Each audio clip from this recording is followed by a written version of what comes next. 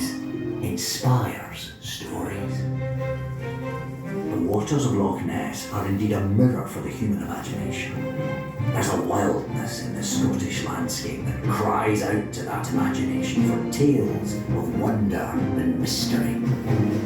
Like the one that made Loch Ness a legend in its own right, and a name known the world over. The world has monsters aplenty, of course. Every country has its strange stories, from Sasquatch to Yeti to Kraken. But the Scottish Highlands are home to the most famous of them all. Our very own Loch Ness monster, Nessie. Oh, there are those who'll tell you that Nessie is a Scandinavian, a memory of the prow of a Viking longship coming out the mists. And who's to say they're wrong? And again, who's to say they're right?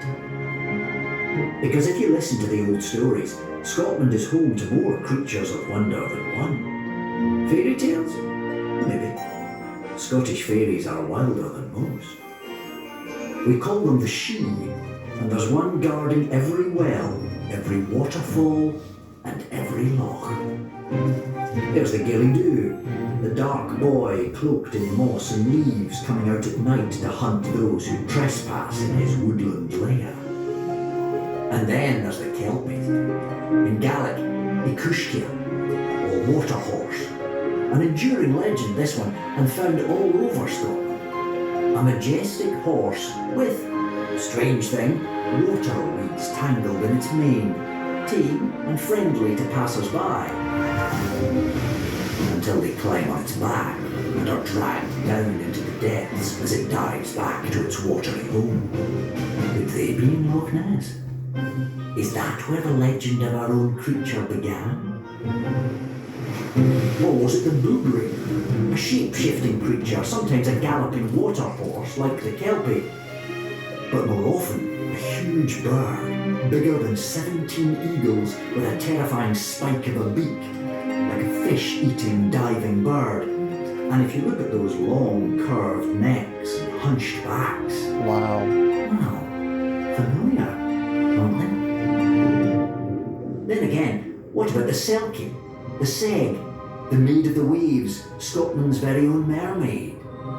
Under that seal disguise, there's a beautiful woman, ready to lure men to their death in the sea.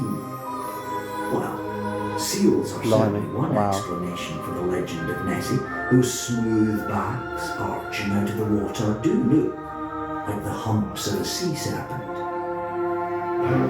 Nothing smooth about the shellycoat, mind you. A prankster in a coat of seashells, clattering and jangling and screeching along the shore, pretending to drown, then vanishing with a laugh when people get close enough to rescue it. But our fairy tale starts to crystallise when a real live saint arrives at the loch. Saint Columba in the 6th century. He came from Ireland to convert the northern Picts to Christianity.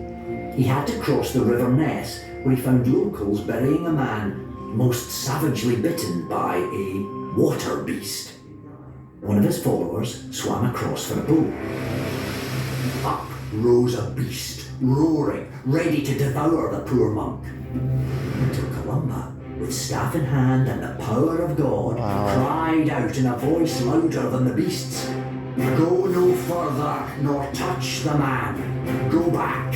And sent it back to the depths whence it came. Or so the legend says. The first documented sighting of Nessie. And the last one to be documented for quite a while. About 1,500 years, in fact. Right. And then, in 1933, in this very hotel, the legend got a new lease of life. Wow, that's my chance.